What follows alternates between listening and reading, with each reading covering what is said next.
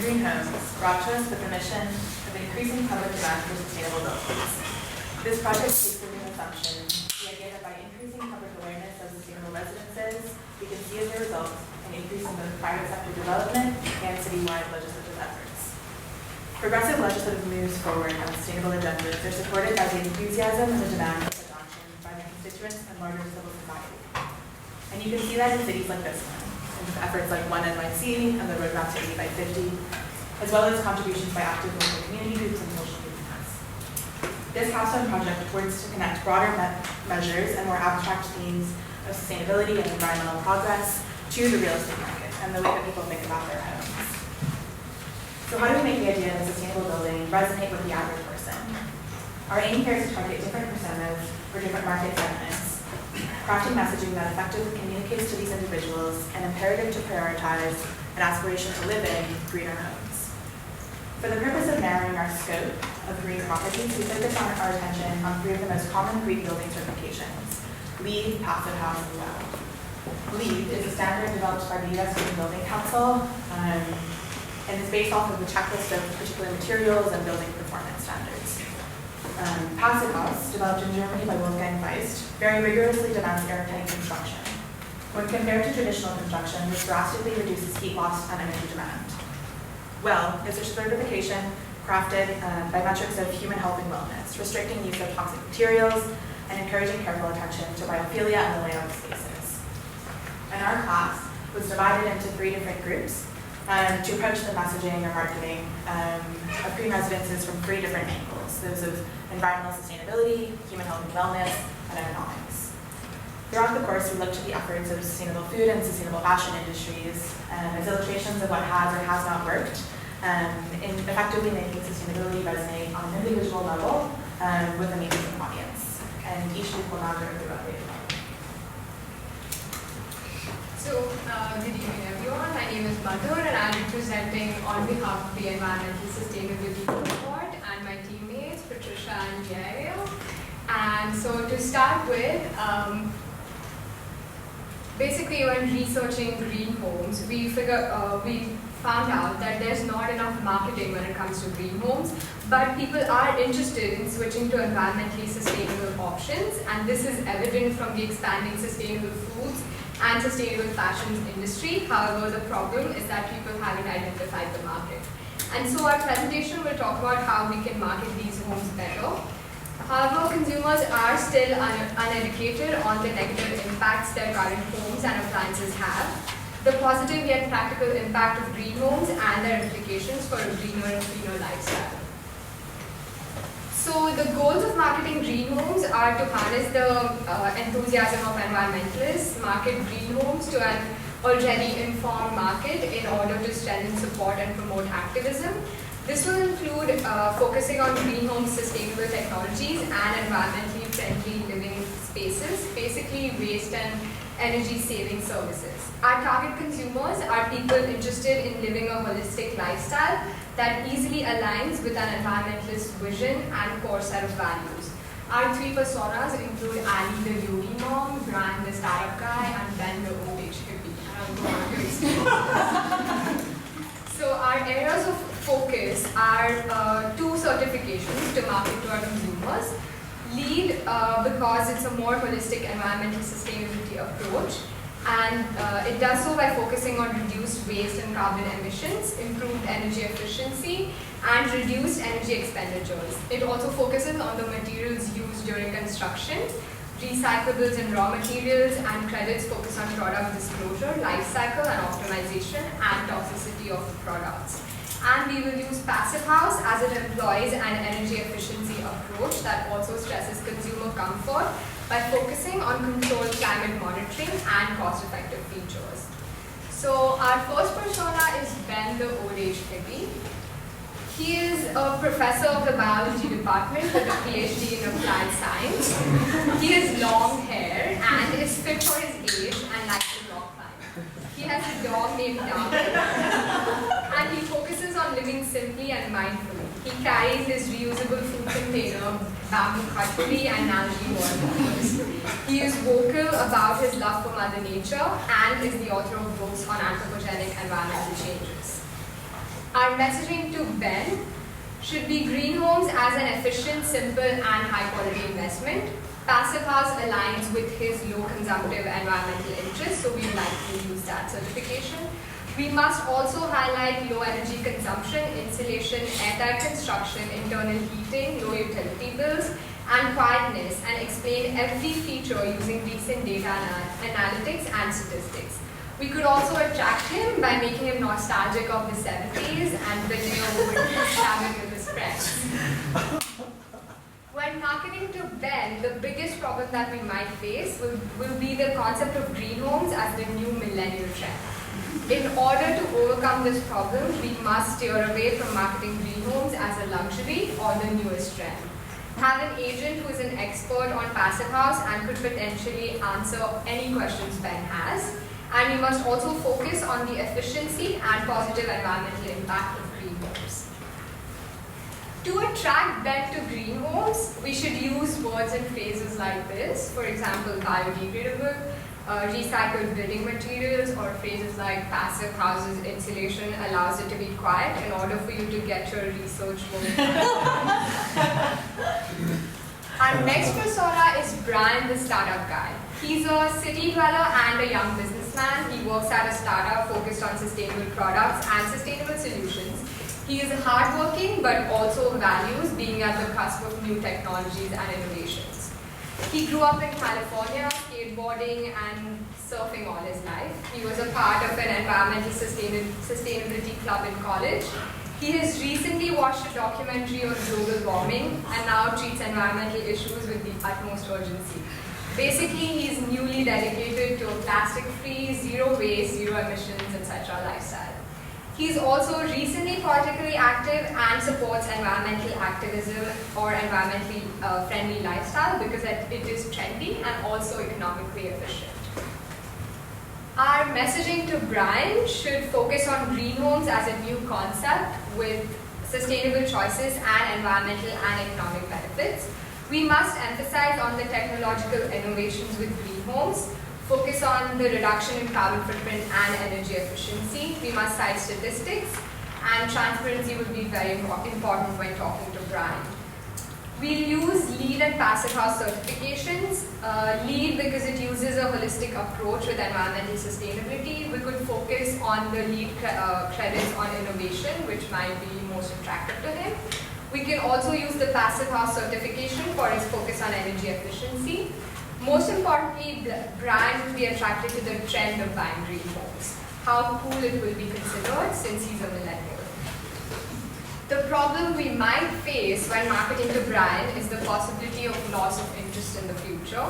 To overcome this problem, we must focus on how green homes can be kept relevant, highlight environmental sustainability and innovations, focus on how green homes are being upgraded every day, the scope of change in the green home market, talk to him about the upgrades that every certification also gets from time to time. And Brian believes in innovation and efficiency, and his ideology supports sustainability. When marketing to Brian, we must state the unique features of the home, like natural lighting, window coatings that promote low energy usage, etc. And we must also show Brian the reason for switching to green homes, like energy efficiency, contribute to achieve the Paris Agreement or global climate change goals, etc. Our next and final persona for the environmental sustainability cohort is Ali, the Yogi Mom. She is a climate activist and a dedicated young mom. She's a yogi as well as an organic gardener. She only buys sustainable and ethically sourced products and focuses on making a positive impact and living a socially conscious and environmentally responsible lifestyle. She's also motivated by trends and fears. Our messaging to Ali should reinforce Ali's interest in a modern, environmentally conscious lifestyle with utmost transparency. Emphasize product sources and lifespans, advertise the uniqueness and personality in green homes, use statistics to demonstrate the neutral or positive impact appliances would have on the environment, and we will focus on LEED and Passive House certifications which highlight energy and waste reduction and maintain a climate monitoring and cost-saving argument for sustainability. When marketing to Ali, we might face problems due to the broad definition of sustainability, inherently overlapping with some of the messaging around health and wellness. To draw on both the environmental sustainability messaging and health and wellness messaging, we offer a nuanced definition for wellness. Environmental wellness, which is surrounding land durability and resilience.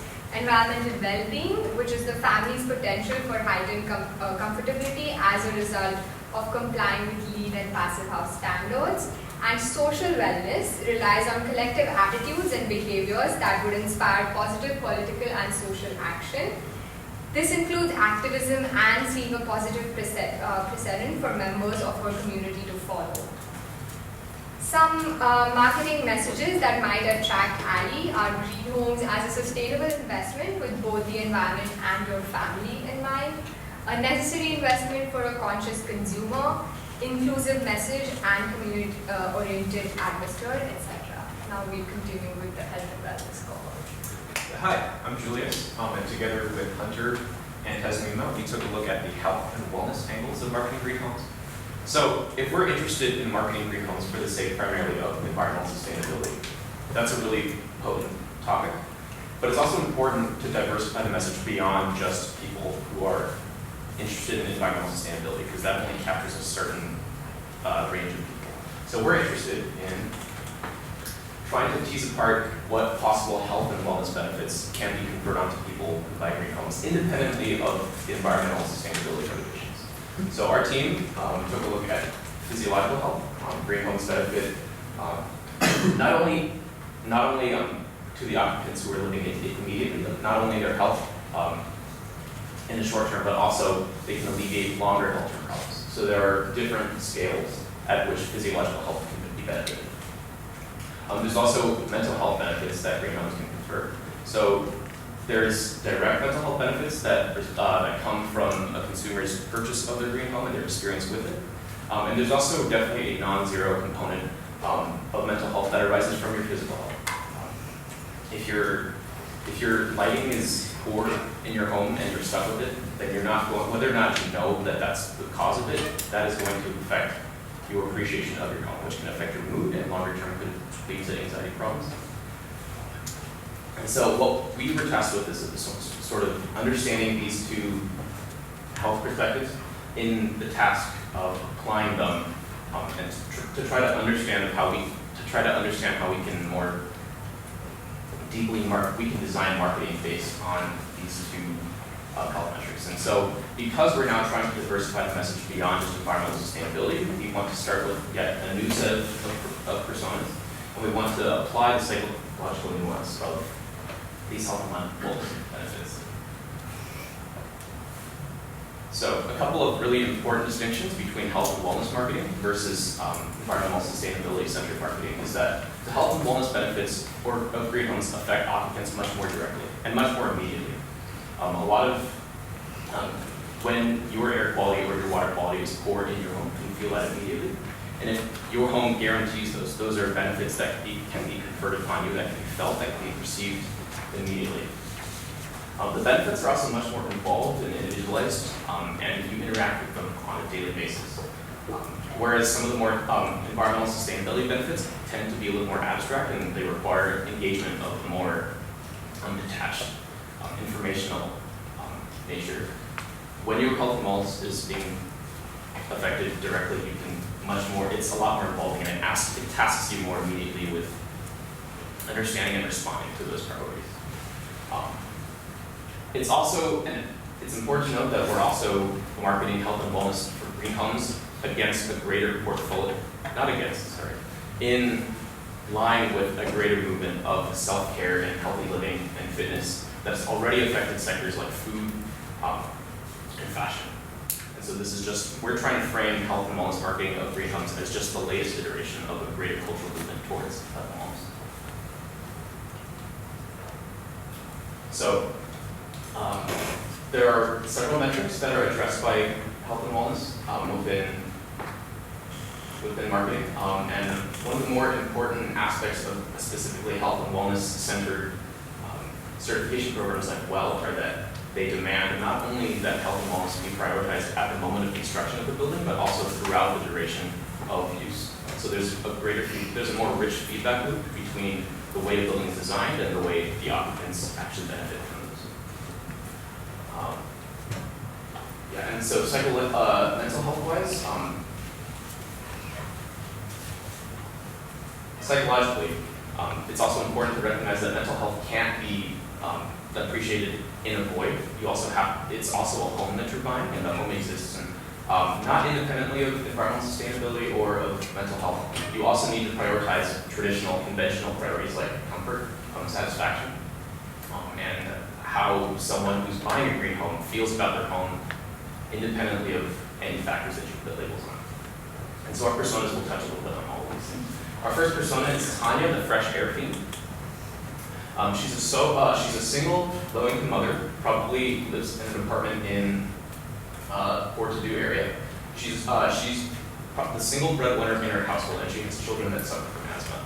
And she's a bit asthmatic herself. So right away we see that she's in a bit of a complicated situation because she has limited financial means, and yet she has a very specific and very powerful issue that she cares about, which is air quality. And so it's our task to recognize these priorities and to message directly to her in regards to her responsibility for providing clean air to her children.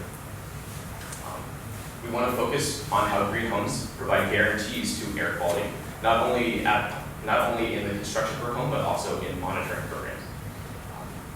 We want to highlight additionally how you don't have to, it's not a luxury product. There are options, and our team actually toured a couple of these resources, and how there are people working to create green homes that are not just luxury products, but also are in underserved neighborhoods. Tanya would be interested in these. So the crux is we need guarantees for air quality, but we also are limited by income. So we want to market green homes as an investment that has immediate payoffs, specifically in the health of her children, and that she will save in the long term because she will not be paying as much to maintain and care for asthma. So we want to specifically use financial messaging. We want to say that we're going to waste less, we're going to save more on facilities. And because she's taken the time to research herself about asthma and its implications and how she can benefit her children, she's going to respond to vocabulary like airtight seals to reduce mold, VOC-free furniture. She'll be aware of concepts like ventilation and filtration, and she'll be interested in on-site air testing. Billy the Biophile is our second persona. She is a married mother of 2 college-age children, a recent empty nester. So it's her and presumably her husband who lives in the house. They are somewhat more well endowed in their household income, and they live in the suburbs. So right away we have a different situation here. She's interested in indoor gardening and indoor plants, and sustainable household products. So her green priorities are informed by a more diverse set of issues. She's biophilic, she cares a lot about her proximity to local parks, and she's very active in the PTA, at least when her kids were going to school. And she gets most of her information from print media and peers. And so with Billy, we want to make sure, because her motivations are a little bit more diverse, we want to link all these aspects under the umbrella of the wellness of her family, rather than any specific issue. We want to emphasize the connection between green homes and biophilically designed spaces, connections with verdant green spaces outside of our home, like proximity to parks. We want to also just capitalize on the idea that comfort and quality are also not specifically health and wellness benefits, but they're guaranteed by green homes. And so not only will she be buying a healthy home, but she will also be buying a quality home. So the task with Billy then is that the more detached we become from a single issue, then the more messaging has to compete with other luxury housing. So we want to emphasize that for her, the diverse motivations behind why she might buy a green home fit into a growing trend of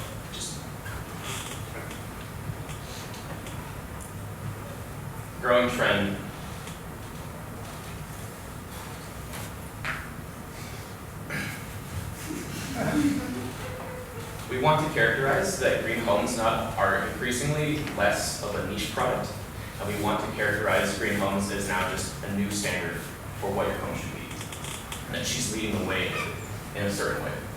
It's also important to note that her family situation has changed in the last couple of years with, as a result of her family, her children moving out of the apartment.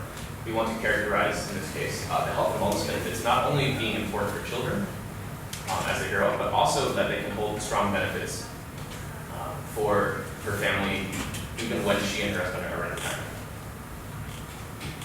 So to build, we want to stress the comfort of her home, the health and wellness of her family.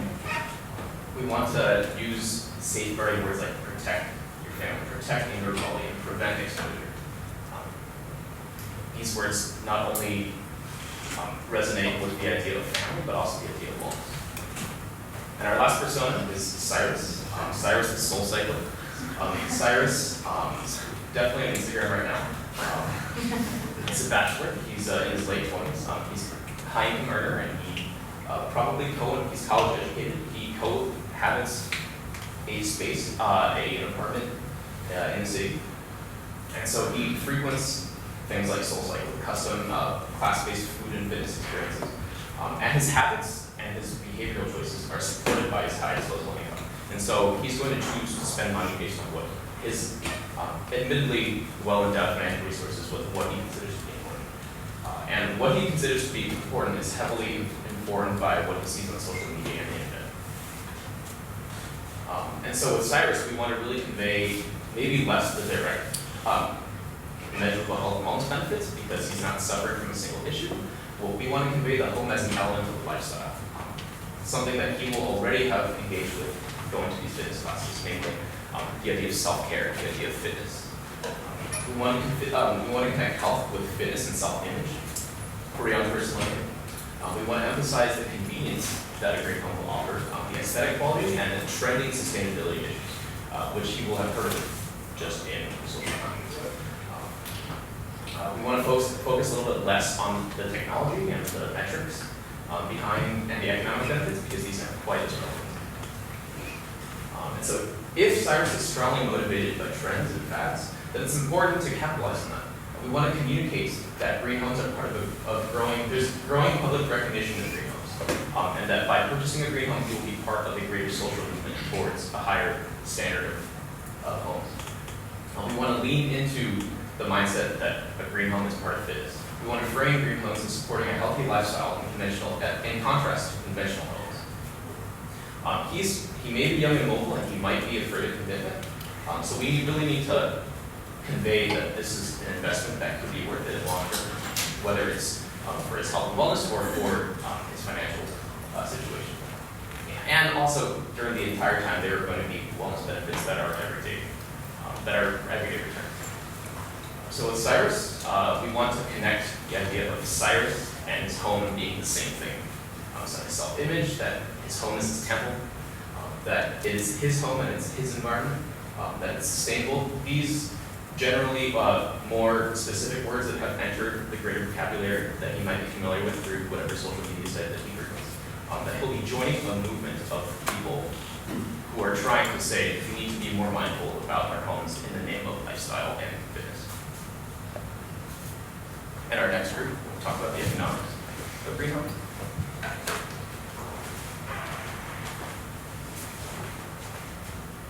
So our last group will be focusing on talking about economics, and economics primarily comes down to how much money you're going to be able to pay for a green home.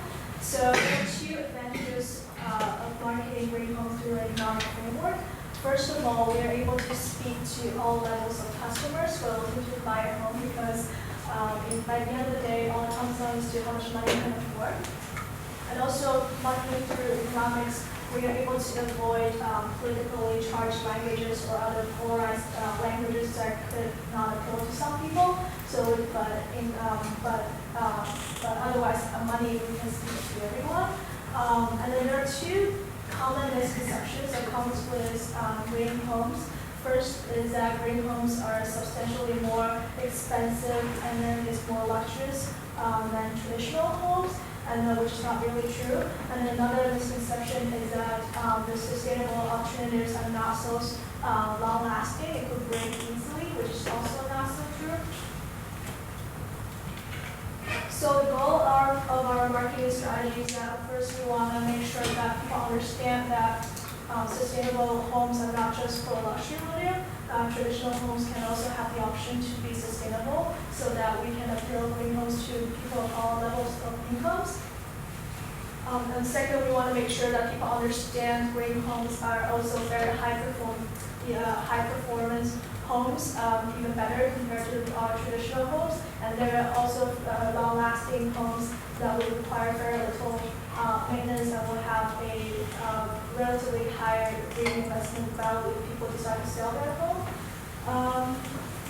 So we're going to mainly focus on the following areas. First is the investment value. We want to make sure that our customers understand that green homes has its position in the future real estate industry development. So as we can see in a lot of other European countries such as Germany, as they're already developing some of the standard homes with the certifications, we want to make sure our customers understand the investment value in the green homes.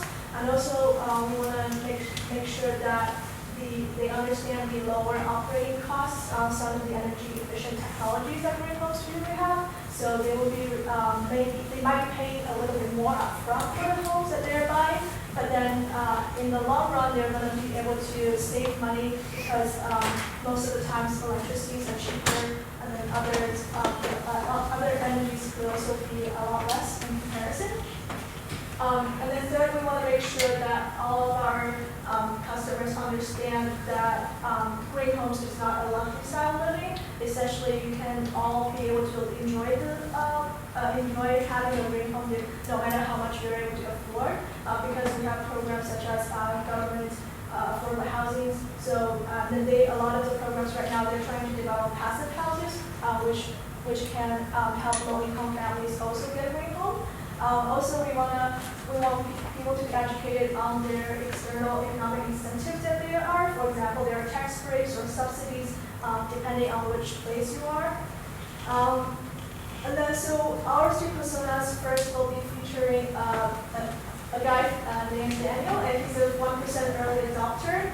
So this person is in his mid-age, and then he is pretty wealthy. He's the wealthiest of the persona out of the three we have. And then he is a technology investor. He understands the cutting edge trends that's going on right now, and he wants to always be on top of these things that's going on in the world. He's not necessarily super sustainability or environmental conscious, but then he could definitely buy into the idea. And then, so we want to make sure that he understands that green home has cutting-edge technologies that is modern, that is also very high performance, which could appeal to him. And as an investor, I also want him to understand that he can, there's a great investment or investment value that comes with a green home that he can buy, because it is highly performance, it's very efficient, and it requires low maintenance costs. So in the future, if he decides to sell the home, he could earn very profitable return. And then the cost saving in relations would also save him a lot of trouble, because assuming that he enjoys the trends and the technology. And then one concern we have with this persona is that since he's so wealthy, he might not be concerned about the economics, like how much money he needs to pay for the house. So it might be difficult to convince him that the green home is a better option for him. So in the end, we want to emphasize more on the high performance and high technology side of the green home that which can appeal to him more. So sorry to interrupt, but we're actually at time, including the Q&A. So Okay. can we go to the summary slide maybe? Okay. I'll skip the marketing.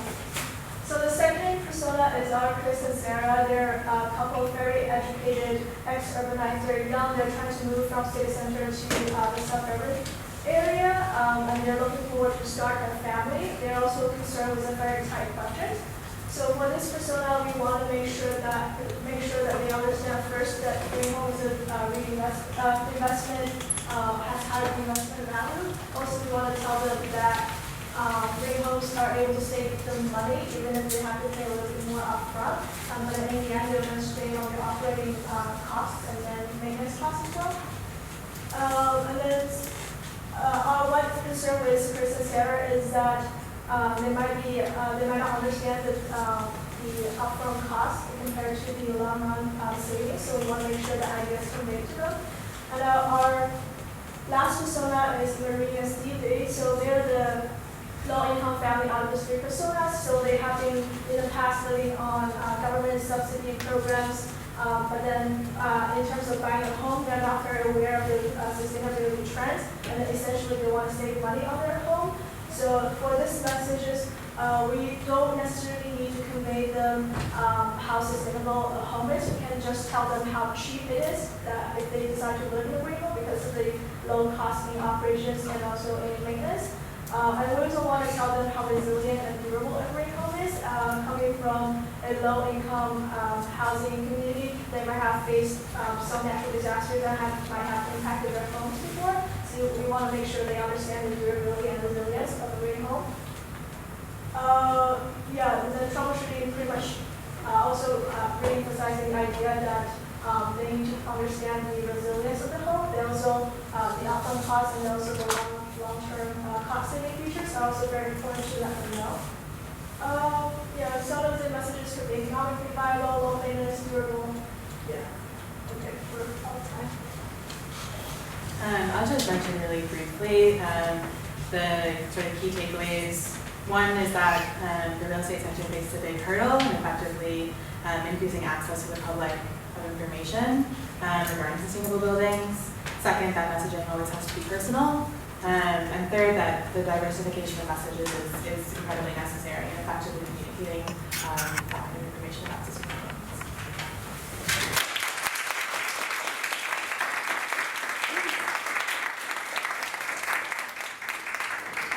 We're going to multitask to stay on schedule. So as the Urban Ocean Conservation Group is setting up, so we have time for as well as for developing personas based on sort of particular demographics that you feel are especially important, or what went into that process? One thing that we did was, well, first, we looked into the actual research of it, where people want green homes. And then we also kind of got creative in the city too. We brought in what experiences that we have had people who might want to buy these green homes. I use Tanya because I used to work at a hospital, and there were many moms that had kids with asthma, and that's what I thought would occur. So I think that's what We've met with a lot of marketing firms and toured their spaces. Thank you, guys.